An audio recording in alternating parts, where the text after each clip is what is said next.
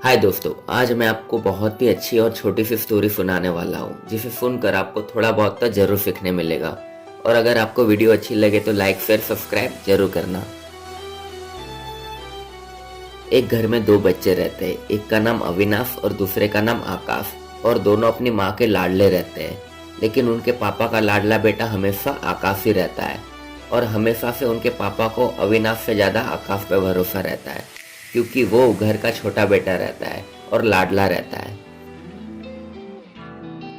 एक दिन आकाश, अविनाश और उनके पापा एक दुकान पे कुछ लेने जाते हैं। तब दुकान वाला अविनाश के पापा को बोलता है, भैया आपका छोटा बेटा तो बहुत स्मार्ट दिखता है। तब उनके पापा बोलते हैं, हाँ मेरा छोटा बेटा बहुत होशियार है, बड़ा वाला बहुत शांत है। और इसी तरह अविनाश को उसके पापा हर किसी के सामने ऐसे ही बोलते थे कि मेरा छोटा बेटा बहुत होशियार है, बड़ा वाला थोड़ा शांत है, उसे जल्दी कोई काम आता नहीं है। फिर एक दिन आकाश के पापा बाहर गए रहते हैं, तो आकाश के पापा आकाश को कुछ पैसे दे के जाते हैं और बोलते हैं, एक अंकल आएंगे, उन्हें ये पैसे दे देना और अच्छे से हिसाब करके लिख लेना। फिर शाम को आकाश के पापा घर आते हैं, फिर उस भैया को फ़ोन करते हैं और बोलते हैं, भैया आपको आपके पैसे मिल गए ना। फिर वो भैया बोलते हैं, हाँ भैया मिल गए पैसे। और वो भैया बोलते हैं, और आपका लड़का बहुत होशियार है। फिर आकाश के पापा बोलते हैं, हाँ मेरा छोटा बेटा बहुत होशियार है। फिर वो भैया बोलते हैं, भैया उसका नाम आकाश नहीं अविनाश था। फिर आकाश के पापा बोलते हैं, अरे उसका नाम आकाश है, मैं उसको ही पैसे दे के गया था।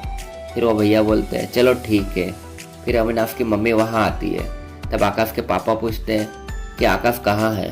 तब अविनाश की मम्मी बोलती है, वो तो सुबह से ही अपने फ्रेंड के घर पे गया है। फिर आकाश के पापा बोलते हैं, फिर जो भैया आए थे उनको पैसे किसने दिए। फिर अविनाश की मम्मी बोलती है, अविनाश ने दिए और उसने पूरा हिसाब किताब लिख लिया है।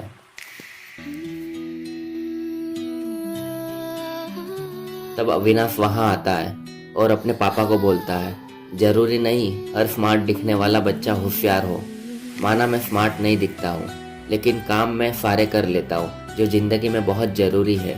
फिर अविनाश वहाँ से चले जाता है। फिर अविनाश की मम्मी बोलती है, माना आकाश आपका लाडला बेटा है, लेकिन अविनाश भी आप ही का बेटा है। आपने अविनाश को हमेशा कोई भी काम के लायक नहीं समझा। आपने हमेशा यही समझा कि आकाश जैसा अविनाश नहीं है। और पता है, अविनाश इतना समझदार है कि बचपन से लेकर अभी तक उसने कभी भी आपकी बात का बुरा नहीं माना। अगर कोई और लड़का होता तो उसे बहुत बुरा लगता और कोई गलत रास्ते पे चले जाता, लेकिन उसने कभी भी आपकी बात दिल पे नहीं ली और आपकी हर बात को उसने माना और समझा। लेकिन आपने कभी नहीं समझा कि उसे कैसा लगता होगा जब आप हर किसी के सामने सिर्फ आकाश की ही तारीफ करते हो। इस दुनिया में हर इंसान अलग है, सब में कोई ना कोई कमी रहती है। कुछ अच्छी बातें रहती है तो कुछ खराब बातें रहती है। इसीलिए कभी भी अपने आप को या अपने बच्चों को दूसरे के बच्चों के साथ कंपेयर मत करो। ऐसा समझो कि आप जैसे भी हो परफेक्ट हो। अगर जो कोई भी कमी हो उसे पूरा करो, लेकिन कंपेयर मत करो। क्योंकि संत और बसंत में एक ही समानता है।